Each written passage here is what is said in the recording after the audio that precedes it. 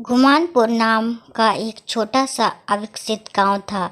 गांव का विकास नहीं, मतलब गांव में रहने वाले लोगों का विकास नहीं।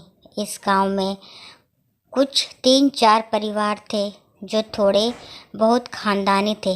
बाकी सब मेहनत मजदूरी करके अपना जीवन गुजारते थे। इसी गांव में सीमा नाम की एक विधवा औरत रहती थी। रहने के लिए छोटा सा घर था। 2 बच्चे थे, शायद एक 5 साल का और दूसरा 3 साल का होगा। सीमा का पति बहुत मेहनती था। वो सीमा को किसी चीज़ की कमी महसूस नहीं होने देता था या कैसी भी हालतों में साथ नहीं छोड़ता था। कैसी भी परिस्थिति हो, दोनों साथ मिलकर सामना करते थे। पर कौन जाने किस पर कौन सा अनर्थ कब आ जाए। सीमा के जीवन में ऐसी घटना घटी कि उसी घटना ने सीमा के पति को सीमा से छीन लिया।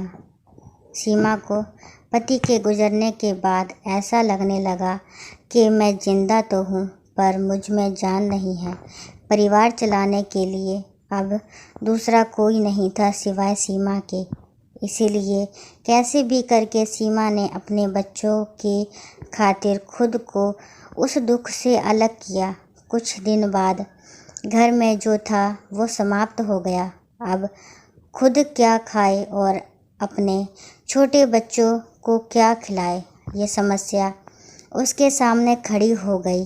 बच्चों के लिए सीमा को अभी कुछ काम करना ही था। इसलिए सीमा अपने दोनों बच्चों को साथ में लेकर जहाँ काम मिलता वहीं जाया करती थी और दिन भर मेहनत करके जो भी मजदूरी मिलती उससे अपना और अपने बच्चों के पेट भरती थी।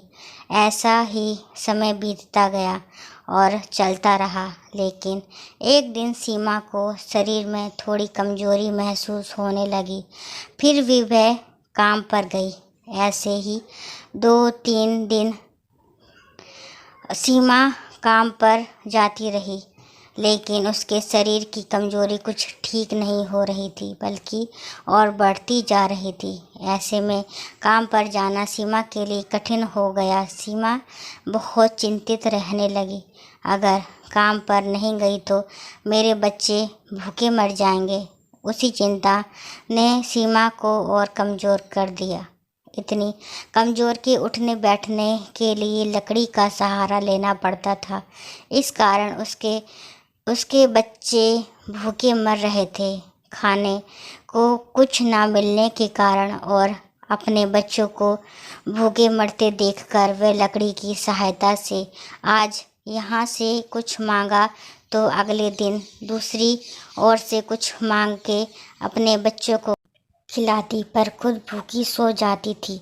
ऐसे ही एक दिन वह खुद जा ना सकती थी, इसलिए अपने बच्चों को समझा के खाने के लिए कुछ मांगने के गांव में भेज देती है। कुछ समय बाद बच्चे 2 चपाती और थोड़ी सी सब्जी लेकर लौटते हैं। 2 चपाती से 3 जन कैसे तृप्त होंगे, इसीलिए वह 2 चपाती दोनों बच्चों को खिला देती है। वह बरसात का समय था। बिजली ना होने के कारण घर में अंधेरा छाया हुआ था। अंधेरे में ही वह अपने बच्चों को एक कमरे में सुला देती है और वह दूसरे कमरे में जाकर सो जाती है। रात को तेज़ बारिश होती है और बिजलियाँ ज़ोर से कड़कड़ाती हैं। सीमा को थोड़ी आराम मिलती है, इसलिए वह गहरी नींद में पड़ जाती है। ऐसे में सीमा को एक सपना दिखाई देता है। वह एकदम तंदुरुस्त हो गई है, काम पर जाती है। वह सोचती है अपने बच्चों को काफ़ी समय से अच्छा खिलाया नहीं, इसलिए वह अपने बच्चों के लिए स्वादिष्ट खाना बनाती है।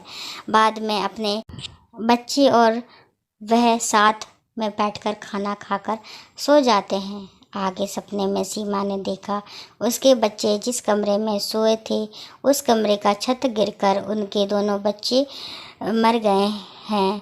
सपने में से सीमा एकदम उठ कर खड़ी हो जाती है। जान में जान आ जाती है और अंधेरे में ही अपने बच्चे के कमरे की तरफ चल पड़ती है। कमरे में जाकर अपने बच्चों को देखकर सीमा चैन की सांस लेती है। उसी समय सीमा को शरीर में ज़्यादा कमज़ोरी महसूस होती है, जिससे वह नीचे गिर जाती है और फिर वहाँ से उठ ही नहीं पाती है। चैन की सांस सीमा की सांस ले लेती है।